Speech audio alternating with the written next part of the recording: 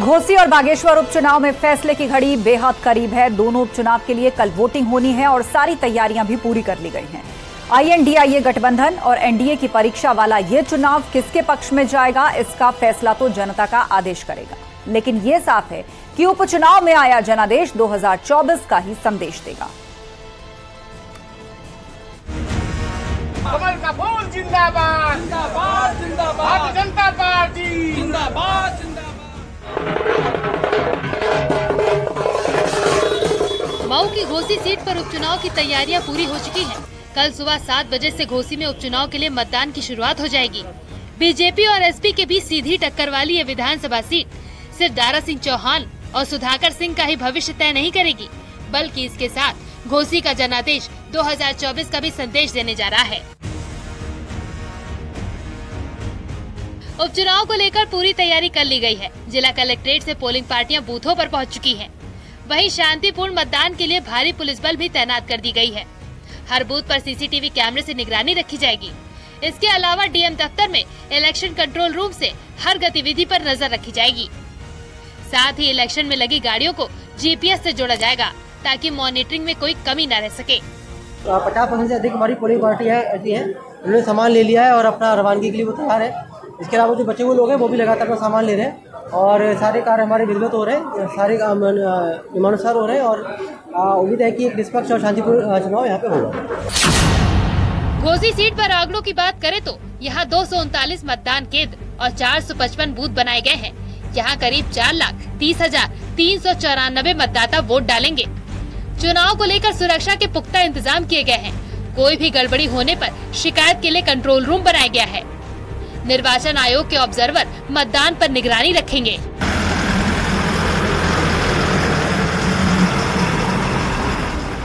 वहीं उत्तराखंड में भी बागेश्वर सीट पर कल उपचुनाव के लिए वोटिंग की पूरी तैयारी हो चुकी है।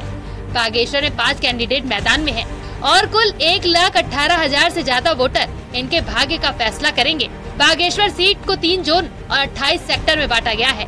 वोटिंग के लिए 834 कर्मचारियों की तैनाती की गई है। पोलिंग पार्टियां मतदान केंद्रों पर पहुंच चुकी हैं और वोटिंग की तैयारियां पूरी कर चुकी हैं।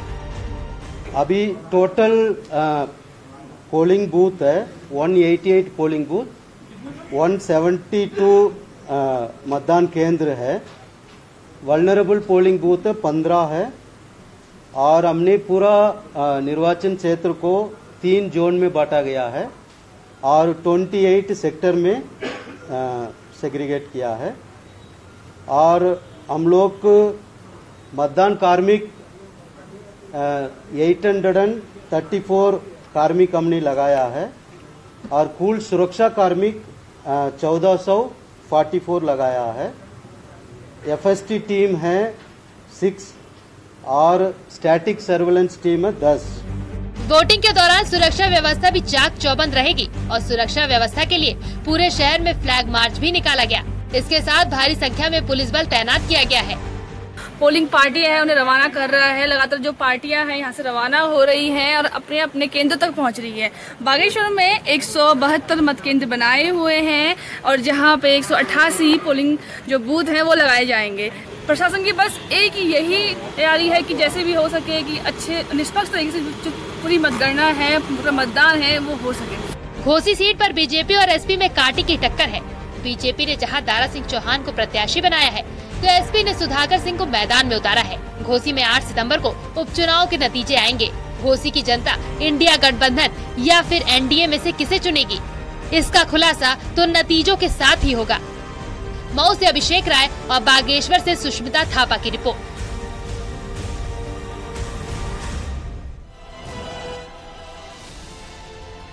क्या शिवपाल यादव SP का साथ छोड़कर बीजेपी के साथ जा सकते हैं?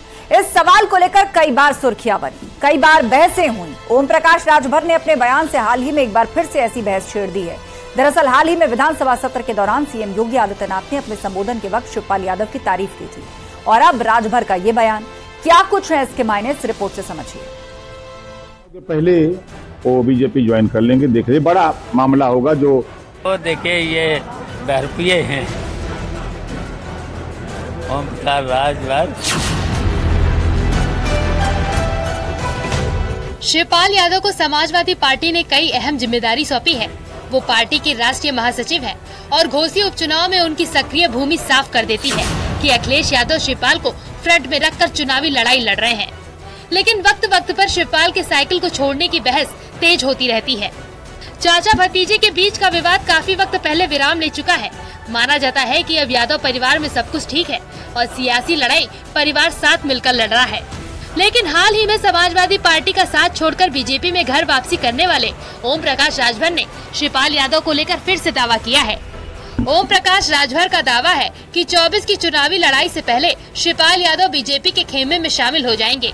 राजभर ने ये दावा ऐसे वक्त किया है जब शिवपाल के कंधों पर अखिलेश यादव ने घोसी उपचुनाव में जीत के प्लान को फुल प्रूफ करने की बड़ी जिम्मेदारी दी है।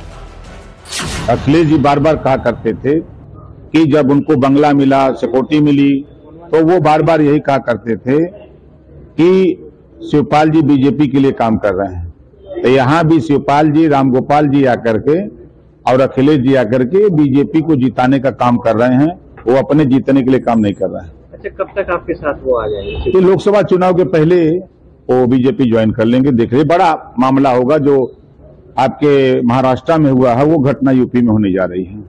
मैंने ये तय है कि उनको बीजेपी में आना। बता तो दिया, अंदर अंदर बतिया रहे हैं। ऐसा नहीं है कि सिर्फ राजभर ही शिवपाल के बीजेपी में शामिल होने की खबरों को हवा दे रहे हैं, बल्कि कुछ वक्त पहले विधानसभा सत्र के दौरान अपने संबोधन में सीएम योगी ने शिवपाल को लेकर काफी अहम बातें कही थी। बीते 11 अगस्त को विधानसभा में सीएम योगी ने शिवपाल यादव की जमकर तारीफ की थी। क्योंकि ये तो इतिहास गवाह है कि जब परिवार में सत्ता का संघर्ष आगे बढ़ता है तो कुछ न कुछ चीजें तो सामने आएंगी। और पुराने जो है अनुभवी नेता हैं, शिवपाल जी तो इतना पापड़ बेले हैं, तो कुछ तो सामने आएगा, कुछ तो परिणाम सामने आने चाहिए। और शिवपाल जी, आपके प्रति हमारी बहुत सहानुभूति है। आपके साथ अन्याय हुआ है, हम जानते हैं, और इसीलिए आपके साथ ये लोग न्याय करेंगे नहीं, फिर भी आपकी कीमत को समझेंगे नहीं। नहीं तो दोनों की तो मित्रता है ही। सुहेल देव भारतीय समाज पार्टी के अध्यक्ष ओम प्रकाश राजभर के दावे को लेकर न्यूज 18 ने शिवपाल यादव से सवाल पूछा तो उन्होंने इस बहस को लेकर स्थिति साफ करने की कोशिश की। उन्होंने राजभर पर जमकर निशाना भी साधा। शिवपाल ने राजभर को न सिर्फ बहरूपिया कहा बल्कि नसीहत दे डाली। ओम प्रकाश राजभर, जल्दी तो हम शपथ ले लें जो मैंने कहा है, हमारी चिंता न करें। और हम जानते हैं कि अब ये आगे चल के विधायक भी नहीं हो पाएंगे। और जो देखे ये बहरूपिये हैं, ओम प्रकाश राजभर बहरूपिये हैं, ये पूरा प्रदेश समझ चुका है। ये कब प्रधानमंत्री के लिए क्या बोल रहे थे, गृह मंत्री जी के लिए क्या बोल रहे थे, उत्तर प्रदेश के मुख्यमंत्री योगी जी के लिए क्या बोल रहे थे। ओम प्रकाश राजभर के दावे को शिवपाल ने न सिर्फ खारिज कर दिया है बल्कि उन्हें कई नसीहतों से भी नवाज दिया है। हालांकि शिवपाल ने बीजेपी को लेकर झुकाव के दावों और उनके एसपी से नाता तोड़ने की खबरें वक्त वक्त पर सियासी सुर्खियों में छाई रहती हैं, लेकिन इनकी सच्चाई क्या है कुछ कहा नहीं जा सकता। Bureau report, news 18। और उदयनिधि स्टालिन के हिंदू विरोधी बयान और राहुल गांधी की चुप्पी को लेकर भारतीय जनता पार्टी ने मोर्चा खोल दिया है। बीजेपी ने करारा पलटवार करते हुए पूछा, आखिर राहुल गांधी हिंदू धर्म और सनातन के अपमान पर चुप क्यों हैं? वहीं संतों की तरफ से भी लगातार तीखी प्रतिक्रिया आ रही है।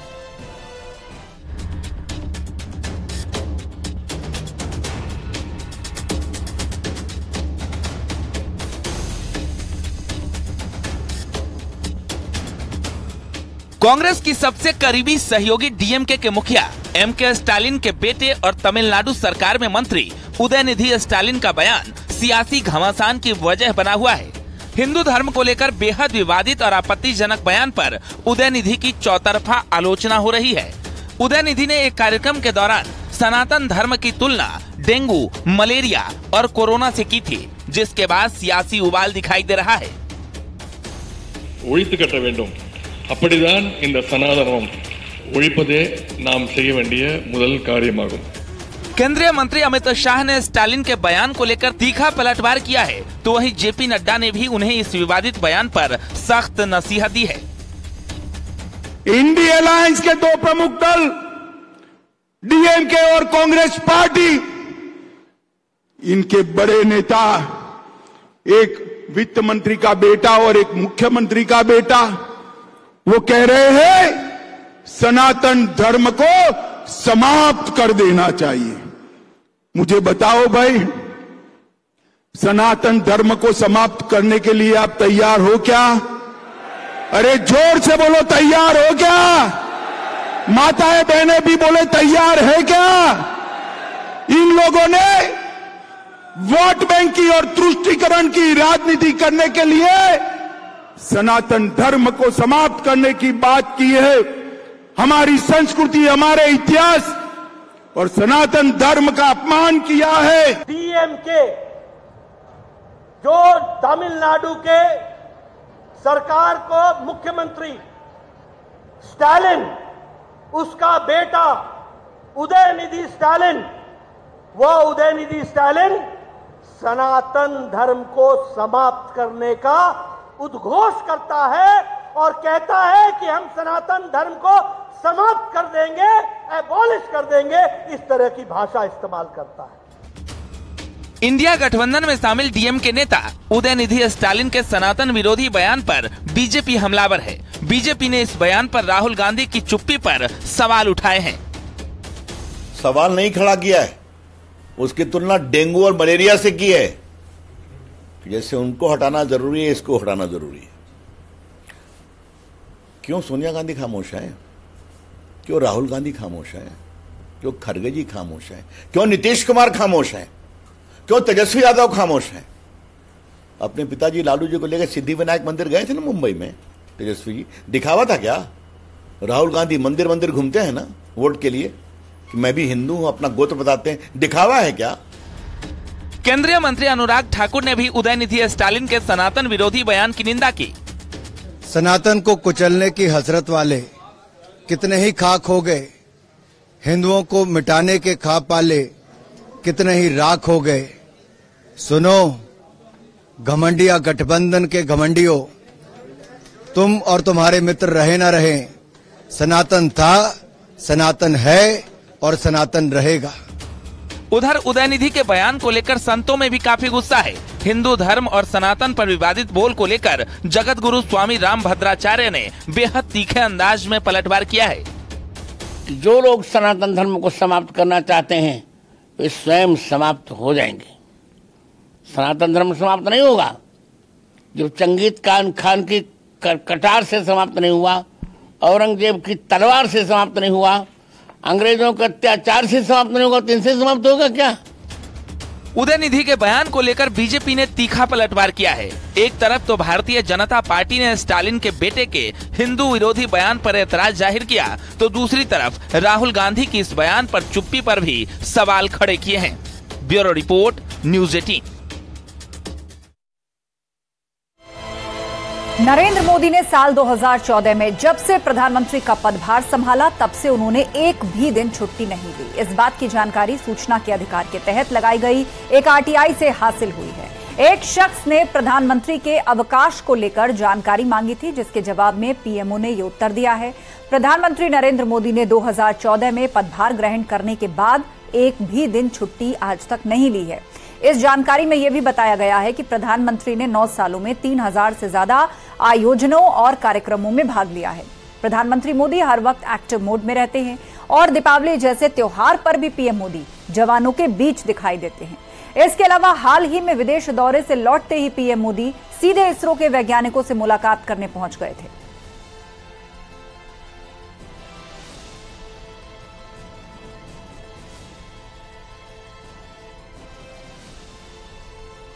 और लखनऊ में महर्षि विश्वविद्यालय का चौथा दीक्षांत समारोह आज संपन्न हुआ। कार्यक्रम में मुख्य अतिथि के तौर पर राज्यसभा सांसद डॉक्टर सुधांशु त्रिवेदी मौजूद रहे। मौके पर सरोजनी नगर के विधायक राजेश्वर सिंह भी मौजूद रहे। साथ ही महर्षि विश्वविद्यालय कुलाधिपति कुलपति समेत कई गणमान्य लोग समारोह में मौजूद हुए। कार्यक्रम में 557 विद्यार्थियों की डिग्रियां वितरित की गईं और समारोह में बीजेपी सांसद डॉक्टर सुधांशु त्रिवेदी ने छात्र छात्राओं को उज्जवल भविष्य का मंत्र दिया।